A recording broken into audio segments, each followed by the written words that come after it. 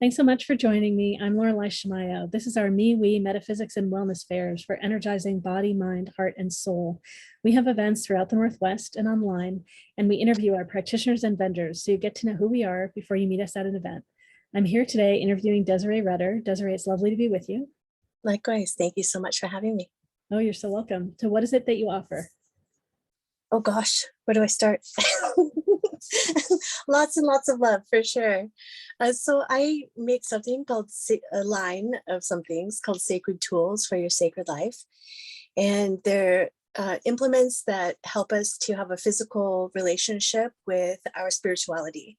For instance, sometimes some of us will wear an amulet and we'll touch it to remind us or to bring us back to that center. So I make these sacred tools for folks. I am indigenous. I am an enrolled member of the Cherokee Nation in Oklahoma and a matrilineal healer from my mother, my grandmother, my great-grandmother, and so on. And I have noticed that with the sacred tools, for instance, I make drums mostly, and I make them for people. And then I also teach, and the upside down hummingbird. I teach people how to make their own tools because I believe that we are all our own healer. People say I'm a healer, but really you're the healer of yourself. And so I really love to help people be empowered in their own healing process. And so what a better way to help them to make their own healing tool. So when they're using, whether it be a rattle or a drum or dream catcher or whatever it is, I love to show people how they can help heal themselves. The other one of the things that I offer, I'm sorry. Go ahead. Is retreats. So I offer retreats for restoration and for whatever you're needing. Really, it's the sacred tool for your sacred life.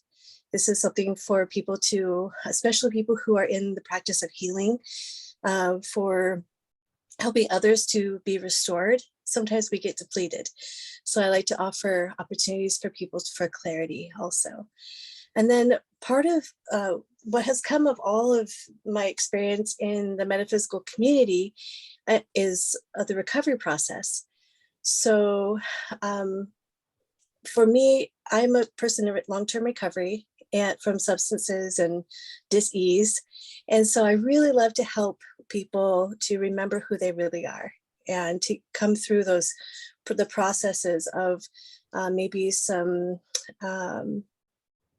imposter syndrome, I guess, or feeling lesser than. And so I tend to help folks or attract folks who are wanting to start a business and feel like they're not good enough or feel like, well, there's just so much fear and doubt that comes up. So I help walk them through that experience so they can feel better about launching, because if it's in us to do it, then it's really the support is there for sure.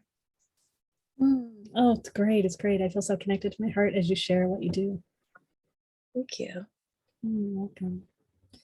Oh, well, how do people start working with you? What usually draws them in? I imagine the tools are one of the first things that they pick up on, and they pick up the energy that you bring through them. Well, I am a massage therapist. And so what draws people to me? Probably I'm very, very open about my journey of recovery and also of coming through a lot of crap.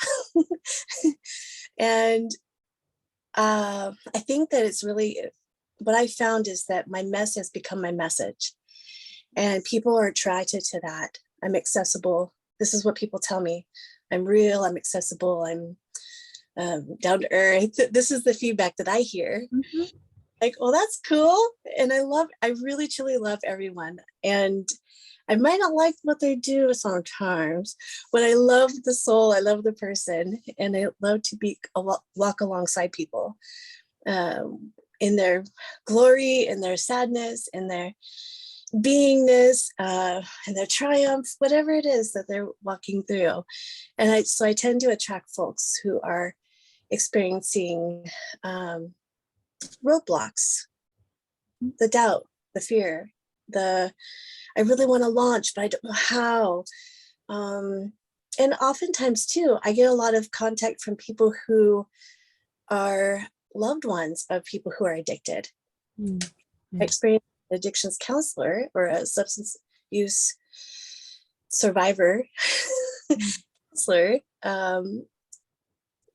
I'm able to identify with them how they can have some self-care around that, because it's a family disease. And so people can really feel the weight of it when their loved ones are out there. There's just so much worry. And so helping to hear what they're saying, acknowledge their fear, and also help them remember the truth, and that the truth exists despite the appearances of the addiction, and that the addict part is not really the person that they love. It's a whole different being. So I guess to answer your question, to go back to what you asked, is that it's my own experiences are what draw people, and I'm open about them. I know you said that there's a matrilineal like line of your practice. How did you kind of wake up to that in this life? Did you know from when you were young, and when did you begin practicing? Yeah, I was really fortunate to have a mom who was, I wasn't raised in any religious dogma, which I believe is a gift. Not to say other religious dogmas being raised in that isn't, because that's for that soul. But for me, I found that it was such a beautiful blessing to be able to find my own way. And that was the original reason for, because I used to ask my mom, like, why didn't you take us to church? And she said, I want you to find your own God. I want you to find your own way. So she would take me out to the forest, and she would help me identify plants. Eat that plant. Don't eat that plant. That's good for belly aches. Listen to the wind. What did the trees say? What is the rock? What are you feeling from that rock? And so to really have that connection with nature was the start. And that was, again, from a young age. And then trust my instincts. That was her big thing for her. Trust your instincts no matter what. And so that being able to practice that and know that, not to say that I've always heeded it, my intuition or my instincts, and that has gotten me into a lot of trouble in the past. But for the most part, that's being sober has helped me to be able to hear better. Mm-hmm. I could hear when I was loaded and drunk, I could still hear it, but I wouldn't ignore it. And I wouldn't act.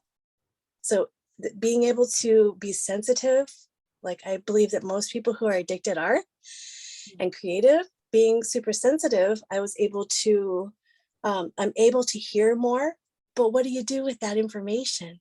Mm-hmm. And so that became my own healing journey, and really being around people who paved the way for me to normalize my sensitivities. So my mother started it by saying, this is a normal thing. You having these intuitive impressions, you're having prophetic dreams, you are, she would really foster that. And then as I got older, past the addiction and into this acceptance of the sensitivity and being able to be of service with it, that has really helped a lot. So, which has only strengthened my own gifts and abilities, because I'm going deeper and deeper and deeper into being authentic and telling the truth, being honest with myself, and being able to tell the truth to others.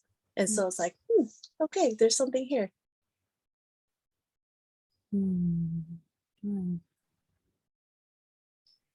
So how does, when someone does deeper work with you, what does that look like? How can you give people a bit of an experience of what that is? Sure. It really depends on the healing, the levels that the person wants to go. And sometimes I might receive information, but it could be very unkind and uncompassionate for me to take a person there. Mm-hmm. So depending on the healing work, it's really at their pace with a little nudge. Mm-hmm. So it's the spiritual consent piece before, with always the consent of the person, like, do you want to go a little deeper, or do we stay right here? Because there's a sensation that I receive. Sometimes it's a body movement or Sometimes it's verbally, they're like, okay, yeah, I've had enough, or their breathing changes. So we just kind of sit with this right here and we check in. So depending, Is your work with them, like how much is energetic and how much is talking and feeling and it, mixture of all it's these. all, there's, well, being in each other's aura, there's already a sense of consent with when I believe that the spiritually our energies talk before we know to reach out to that certain person. And so like when I'm creating a drum for someone, maybe I've already created a drum and I don't know who it's going to land with, but when the person finds it, it's a perfect match. There's a prayer, I'm saying constant prayers and connecting with that person, the energy that's going to meet that drum. And the same when someone is coming in to receive, can we say services, receive a session, is when we're together, they're already ready. And so when they're ready, we don't, sometimes they specifically know exactly where they want to go. And sometimes it goes off into a different direction based upon the soul, what it wants to do. Mm-hmm. And so for me to stay clear by not using substances, by doing my own work. I guess I call it shadow work these days. I call it emotional sobriety. Really doing the work inside me so there's not the projection of my stuff on the other person. So really making sure I'm staying really present. So it's energetic, it's some mind stuff, it's some skill building that I've had over the years through college, it's some psychology, it's recovery language, it's loving the person, the heartbeat. So that's kind of all things together. Great. I was wondering that's what it was. I wanted to get a sense from you. Yeah, that was so. Well, if people want to connect with you and learn more about you and what you do online, where do they go? Sure. Excuse me. My website is happyspirithealing.com. And I'm also on Facebook under Happy Spirit Healing Arts, Sacred Tools for Your Sacred Life, Instagram it's at Jadanes, JAHDAANESS, I think. Oh my gosh. And yeah, I mean, you can Google it too, I guess. I saw myself pop up there one time. I was like, oh, hey, I'm there. That's great. I was looking, see if I have any of them written down. I was, yeah, so happyspirithealing.com is the main one. And then, yeah, great. Well, it's been lovely chatting with you. I'm excited for more people to experience your work, and I'm excited to be in the presence of all of your work too. Likewise. Thank you so much. It's such a blessing. Thank you for. You're welcome. And for all of you listening and watching, you can learn about more of what we're doing, all of what we're doing at MeWeFairs.com. That's MEWEFAIRS.com. Thanks so much, Desiree. Thank you.